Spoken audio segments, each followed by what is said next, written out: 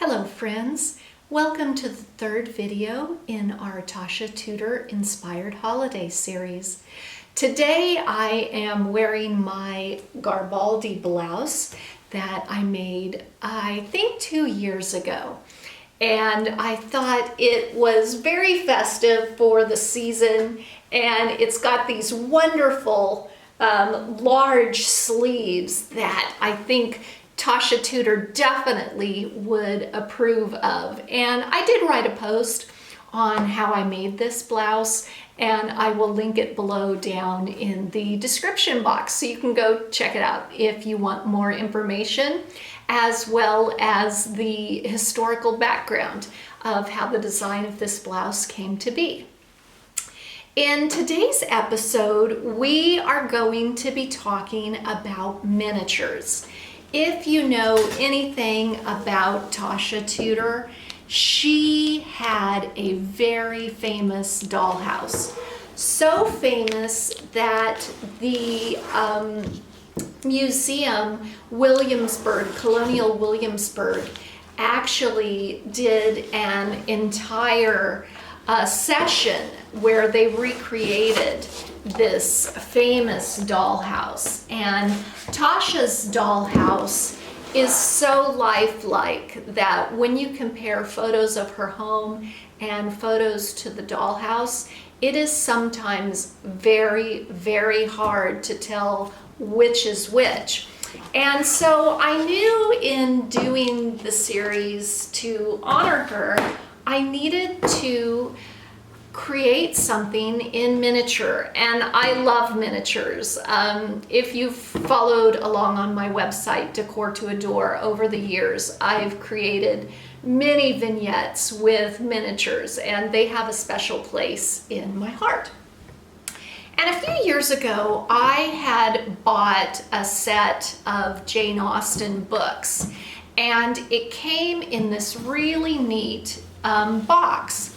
Now, sadly, the box has started to come apart. You can see on the binding area that it's ripping, and of course this section completely ripped off as well. So it was so fantastic though, with that interesting cutout, that I thought, what if I created a magical scene that you could have a glimpse inside, but then also open the door. So I went ahead and I had gotten started.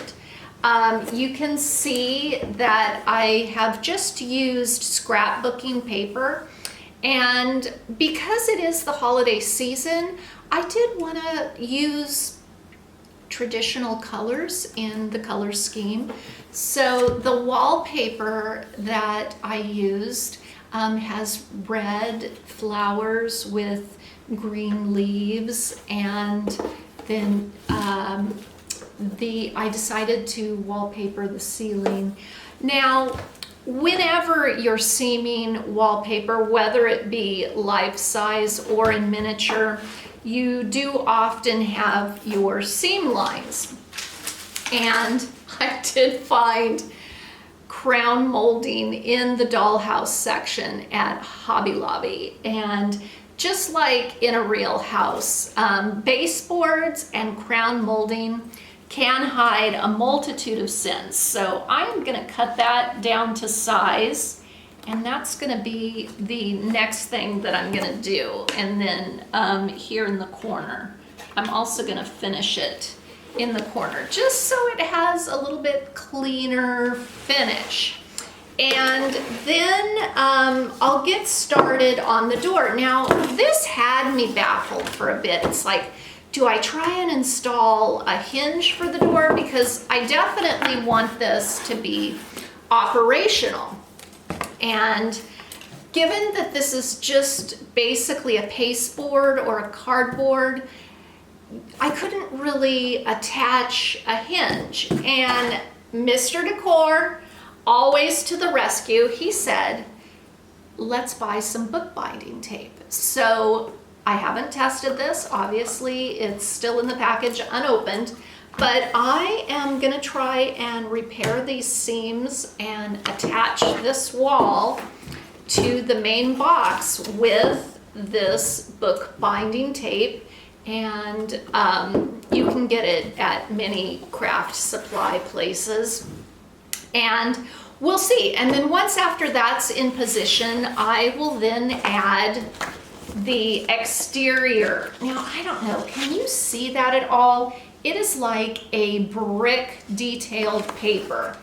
And so it was the right scale. The dollhouse that I am making is 1.12, which is a common size in miniatures.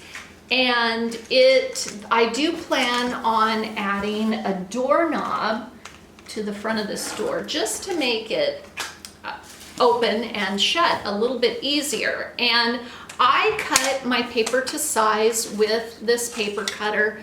There are several different brands. If you use a coupon, you can get them fairly cheap. And I have just been using good old Mod Podge, just painting it out with the paintbrush and laying out my paper.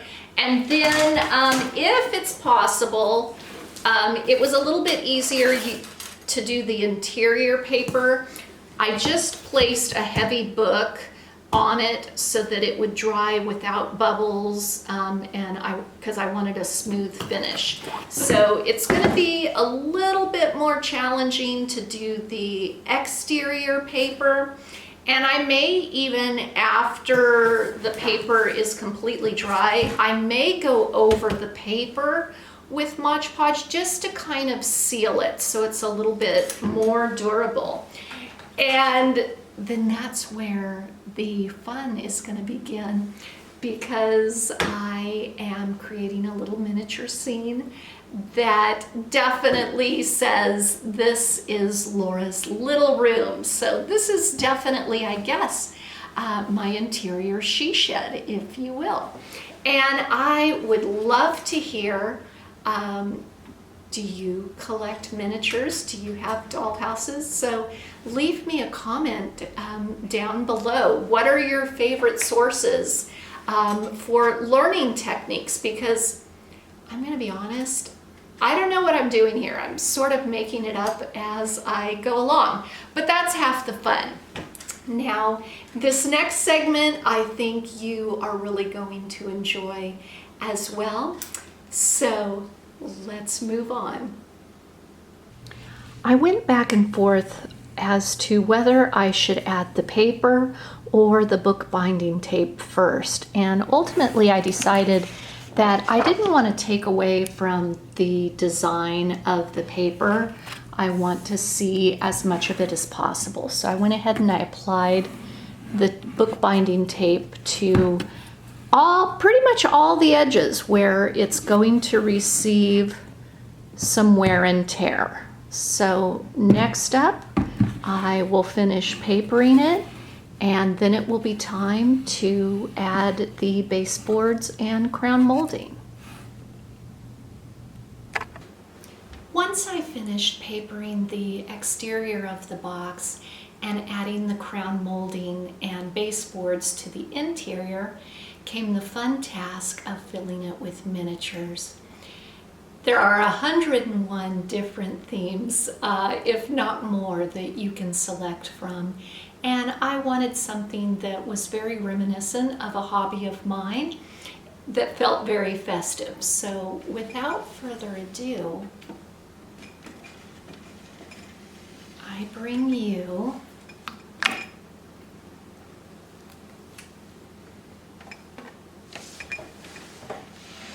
my little holiday sewing room. And just like my sweet Gracie, the wee dog is trying to escape with the strand of lights as we're attempting to decorate the tree. And there's a sewing machine and little spools of thread, as well as some bolts of fabric and wee jars of buttons and trims. Now, when you're creating miniatures, it can get expensive quickly. So I wanted to try and make as many of the little accessories as I could. And you don't necessarily have to go to the miniature section. These little bottles that I just used right here at the top, I just popped the little lid on the top and filled it with tiny, tiny pom-poms, if you can see that. But these were actually found in the jewelry section, so that's definitely one place you can look. And if you're doing holiday or other festive themes, look in the pick section, because you can often find small scale decorations. And then it's just a matter of going on and looking at tutorials. I had gone on Etsy to just take a look around as to, okay, 3 bolts of fabric, $15. What is that made out of? And I determined it was a chipboard container, and then they had just wrapped some fabric around it. And so I cut my chipboard to size and then pressed the interior of each side of the fabric so that when I wrapped it, it would be smooth. And then you just basically have to keep wrapping the fabric, and then for a smooth edge you can glue down the top, and then you just add one more bit of hot glue and kind of pull it taut. You can wipe off any excess glue. And I had the chipboard in my stash, as well as scraps and scraps of fabric, so you can make wee little bolts of fabric for your sewing space. And we'll just prop it up against the chair here. Now, I realize in terms of detail it's a little bit hard to see, and I will have some still photography of the dollhouse on my website, and I'll link it down below in the description box. I hope you have enjoyed the Tasha Tudor Holiday series. For the next 2 weeks, we're gonna veer off a little bit. The Costubers are doing a Home for the Holidays 2020 costume challenge, and I am going to channel my retro holiday fashions and create some videos. And then at the end of the month, I believe it's on December the 30th, I'm gonna step back into Tasha Tudor's shoes just one more time and create a romantic era 12th night celebration. So I hope you'll subscribe and come back for those fun festivities. I also wanted to encourage you to stay for the next segment. My husband's birthday was last week, and I created a Tasha Tudor themed feast for him. And all of the recipes, again, are on my website, and it'll be linked down below. But I attempted a few of the recipes on camera, so you might enjoy that for this next section of the video. And however you celebrate this season, may you enjoy it to its fullest. And thank you so much for watching. On to the kitchen. For our Tasha Tudor Inspired Holiday menu, I'm making a few of her recipes. They include cream cheese mashed potatoes, clover rolls, her pumpkin pie, and cranberry jelly. Now, I have to be honest with you, I left the pumpkin pie in about 5 minutes longer than it needed to be left, and it's a little bit dark on the top, but I'm just gonna make some homemade whipped cream and that'll cover all the sins. Tasha famously made her turkey in a tin kitchen. I don't own one of those, so I actually am cooking our turkey in a crock pot, and I'll share the recipe on my website, and the link will be down below in the description box. You'll just need to hit click more and then the highlighted link. Right now we're going to make Tasha's jelly. In the bowl is 2 cups of organic cranberries, 2 cups of water, 1 cup of sugar, a bit of salt, a strainer, and a mold. This antique mold was given to me by my friend Nicola, who lives in England, and I love using it.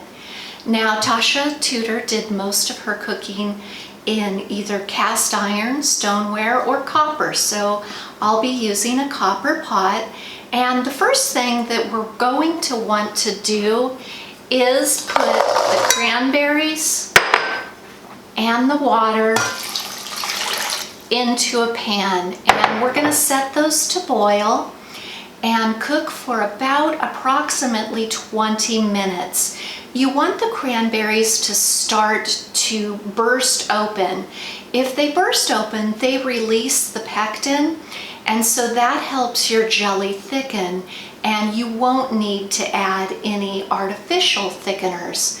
So I'm going to put it over on the stove, and after that it gets to that point, we'll then drain the water and put the cranberries through the strainer to have just the liquid, not the skins of the cranberries.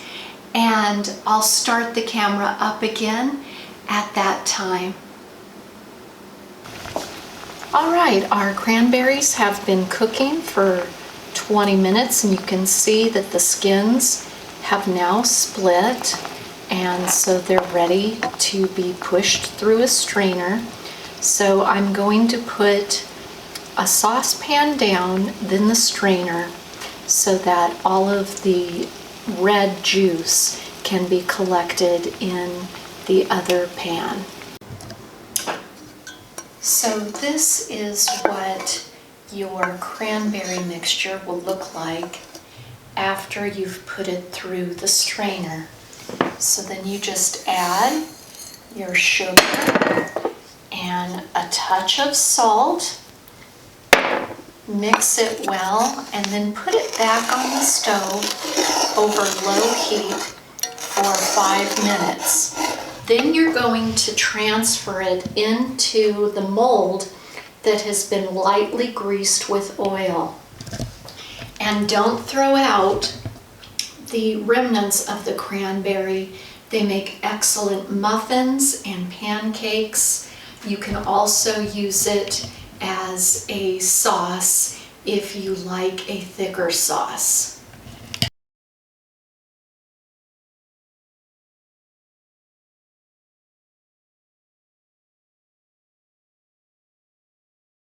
But it is actually in a crock pot right here. And there's our Grace.